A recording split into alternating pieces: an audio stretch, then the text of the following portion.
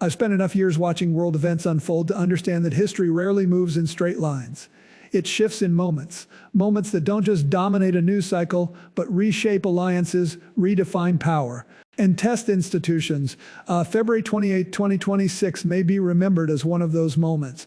And the reality is, most people are still processing the surface of what happened, without fully grasping the deeper implications. Like many Americans, I woke up to a statement from Donald Trump declaring that Iran's supreme leader, Ali Khamenei, had been killed in a joint U.S.-Israeli military operation known as Operation Epic Fury.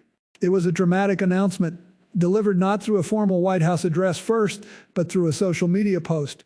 The language was forceful. The message was absolute. But moments like this demand more than reaction.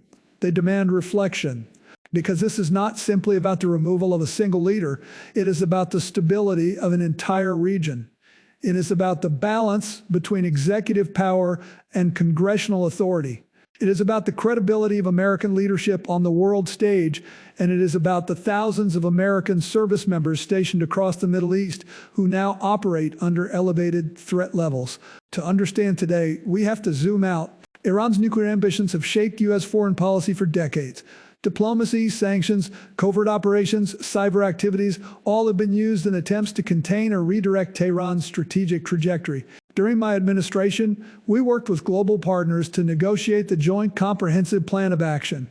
That agreement placed inspectors on the ground, capped enrichment levels, and created verification mechanisms. It was not a permanent solution, but it was a structure, a system of guardrails. When that agreement was abandoned in 2018, the strategic landscape shifted.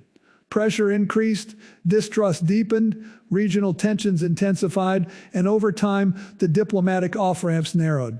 Fast forward to the present. Negotiations reportedly collapsed again. The administration had previously stated that Iran's nuclear capabilities were neutralized. Yet now we see a full-scale military operation targeting leadership compounds, missile infrastructure, air defense systems, and command centers. According to defense briefings, advanced drone technology was deployed extensively, marking a new phase in tactical warfare. And within hours, retaliation followed.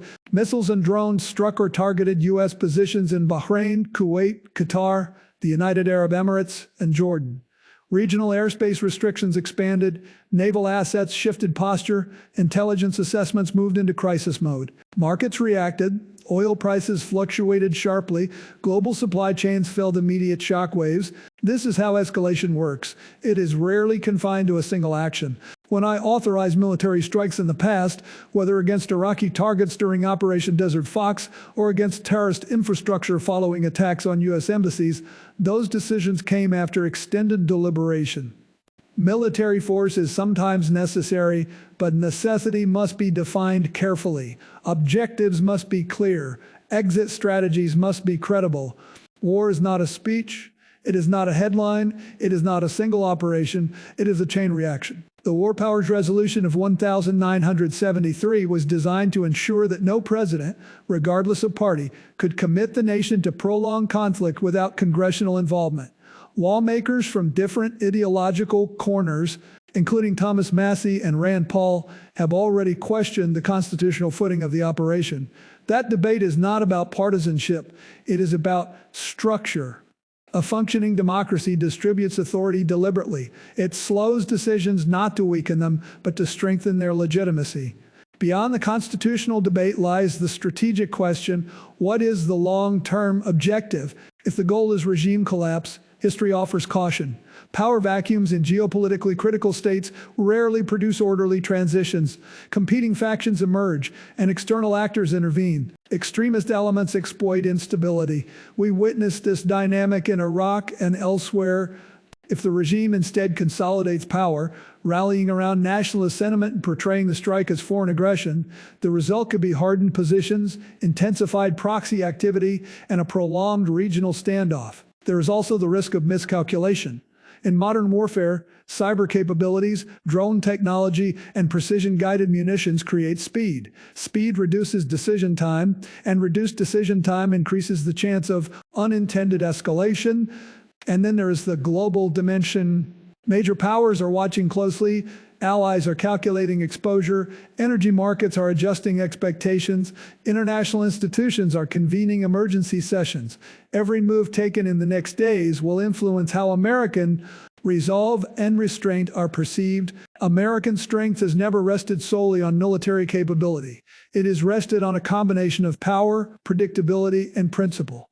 When those three align, alliances endure. When they drift apart, trust erodes. Tonight, young Americans stand watch in bases and on ships far from home. They serve regardless of political affiliation. They execute orders professionally. They deserve leaders who have not only a tactical plan, but a strategic vision.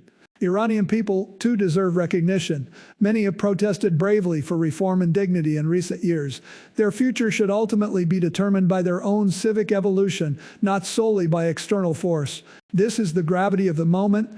The question before the nation is not whether action was taken, it is whether that action fits into a coherent long-term framework for stability, deterrence, and constitutional governance.